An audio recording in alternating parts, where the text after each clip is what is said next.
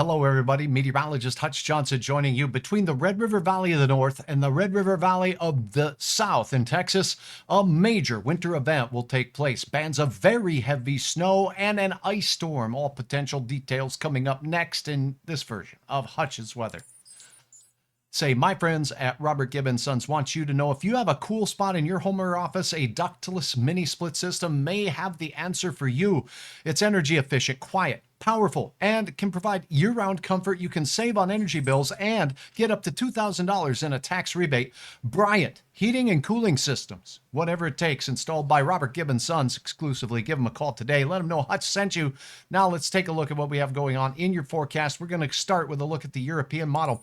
As we go into the late week and weekend, a storm system in the Pacific Northwest becomes a Colorado low and wreaks havoc. So while we have very cold air and very chilly conditions here in the northern plains with concerns about frostbite and temperatures and wind chills in the teens and 20s below to 30s below, this storm system moves out of the Pacific Northwest into the northern Rockies. That'll bring Saturday morning showers of snow from Montana and through parts of the western Dakotas. Now, this storm system intensifies and becomes a Colorado low as we head into Saturday night and Sunday morning.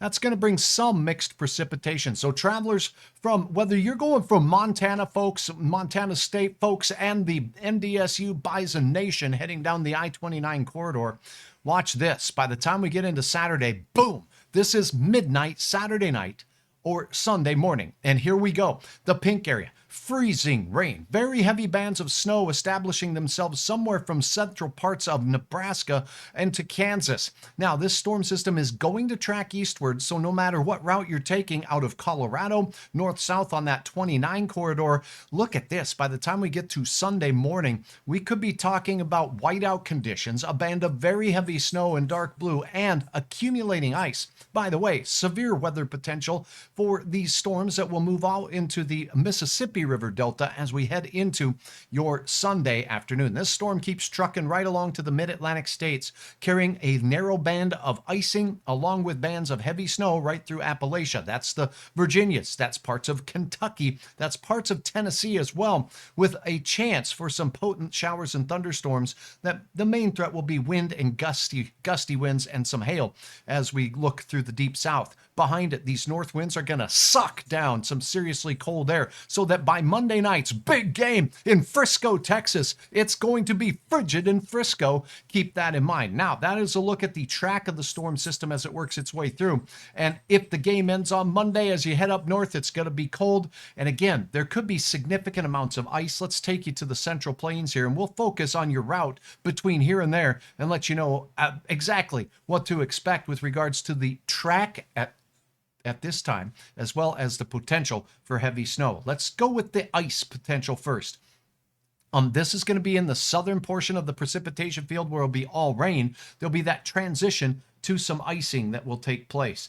And as it does so, we're going to see the conditions in these areas become very slippery and dangerous to travel. I'm going to switch models out here and we'll look at this American model here for the ice accumulations. Pardon me while I grab this information. Okay, total freezing rain in the deep south. You're looking at Nebraska, Kansas, and Oklahoma, and Arkansas. Here's Missouri. And now, as we go through, when does it start accumulating? If you're traveling down on Saturday morning, that's when things get started here. Saturday morning to Saturday night, we'll have a light layer of accumulation that's getting heavy in parts of central Kansas. Notice that this might be the narrow window that you can sneak down on Saturday night into parts of southern Texas through that I-29 and 71 corridor down to the south. This icing gets incredibly heavy, a quarter inch to a half of an inch or over an inch of ice across portions of Missouri, Kansas, as well as sneaking into Kentucky. So that's the icing potential.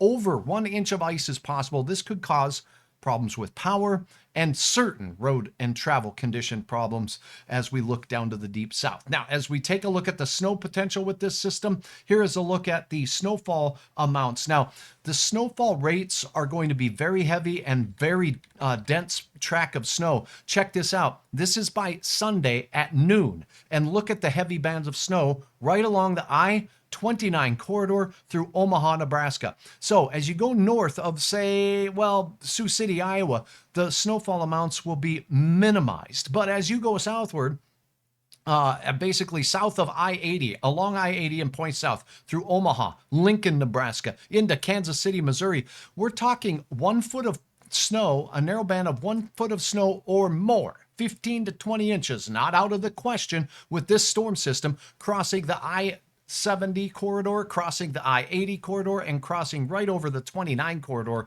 as well. That heavy band of snow will sneak out into parts of the East Coast, the mid-Atlantic states, as we go through Monday. So on game day down in Frisco, you're going to have to drive through a deep band of snow if you're leaving and you're driving through on Sunday, and ice just south of that as you go through. So you may want to adjust your travel plans accordingly. And even if you shift your route and go west and down 25 through Colorado, there will be some areas of heavy snow, although that route might have lower impacts when it comes to the freezing rain and icing that this storm could produce. Okay, now when we take a look at the severe weather potential, we'll pull up that over here on this particular graphic, and let's take a look at what we have going on. Here's the cold air that's diving south. Freezing temperatures right now on this Thursday night are sneaking down into Kansas City, Missouri, parts of central Kansas, Goodland, Kansas, and Point South. We're in the 40s in Little Rock, Arkansas, and 50s in the Dallas area at this time. So now as we take a look at the risk for severe weather with regards to this storm system, it's mainly going to be in the Gulf Coast states in the deep south because of the timing of the system as it works its way off to the east. So here we go with a look at your day 2 risk. Let me turn the timestamp off on this so you can see. This is for your day tomorrow on Friday. And the only risk of severe weather with a few marginally severe storms will be in Northern California and coastal parts. Out there we see the green flashing, coastal parts of Oregon. So that's where the best chance of a few stronger thunderstorms will be as we go through your Friday. On Saturday, there is a risk for a few storms to be strong in and around Oklahoma City. Now, this is again a marginal risk. Timing is the main problem here. These storms developing as we go through the overnight hours. I think the better chance will be as we go into day 4. So tomorrow, West Coast. As we go into Saturday, Oklahoma. Then on Sunday, I think a better chance of severe weather in portions of Louisiana, Arkansas, as well as Mississippi into northern Alabama. And again, by the time we get to Saturday night, the icing and the snow will be taking hold. All right, that is a look at the weather for travelers to the deep south to root on the Bison, taking on Montana State out in Frisco, Texas. Let's take a look at temperatures, shall we, with regards to the storm system as we go through. Here we go. Whoops, I went to the black screen here. Let's go right here and take a look at these temperatures for game day.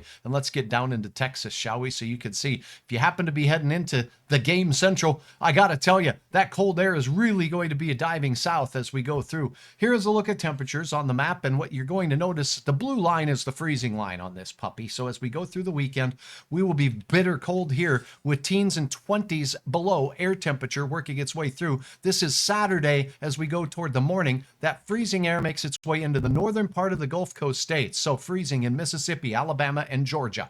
Now, the freezing air on Saturday morning, not all the way down to the south in Texas, but watch what happens as we go through. Here you could see the north winds pulling the cold air into the panhandles of Oklahoma and Texas with 20s, even teens there. And most of the snow showers, as we saw, will be riding along this boundary here. But that icing potential right here, where we see that transition from 30s down into the 20s. Sunday night, the cold air will move into Texas. And look at this. You're looking at freezing temperatures for Dallas-Fort Worth as we go into Monday morning.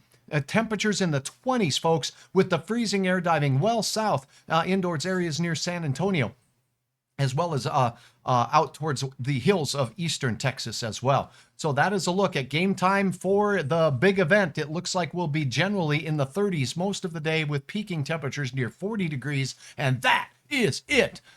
Oh, man. Well, go Bison. Good luck to you. If you're traveling, travel safe. Be smart. This is a system moving through the south where they get heavy rain and ice can accumulate very quickly. That begins as we go through late Saturday night and all day Saturday. The heaviest of the snow will begin accumulating Saturday as well, but by the Saturday evening time frame, it's on. And there will be areas with over a foot of snow potential on the ground already, with it continuing its track eastward. I'm meteorologist Hutch Johnson. Remember, you can get the latest in your weather at hutchesweather.com. For now, thanks for joining me. Have a good night. And if you're traveling, travel safe and go Bison.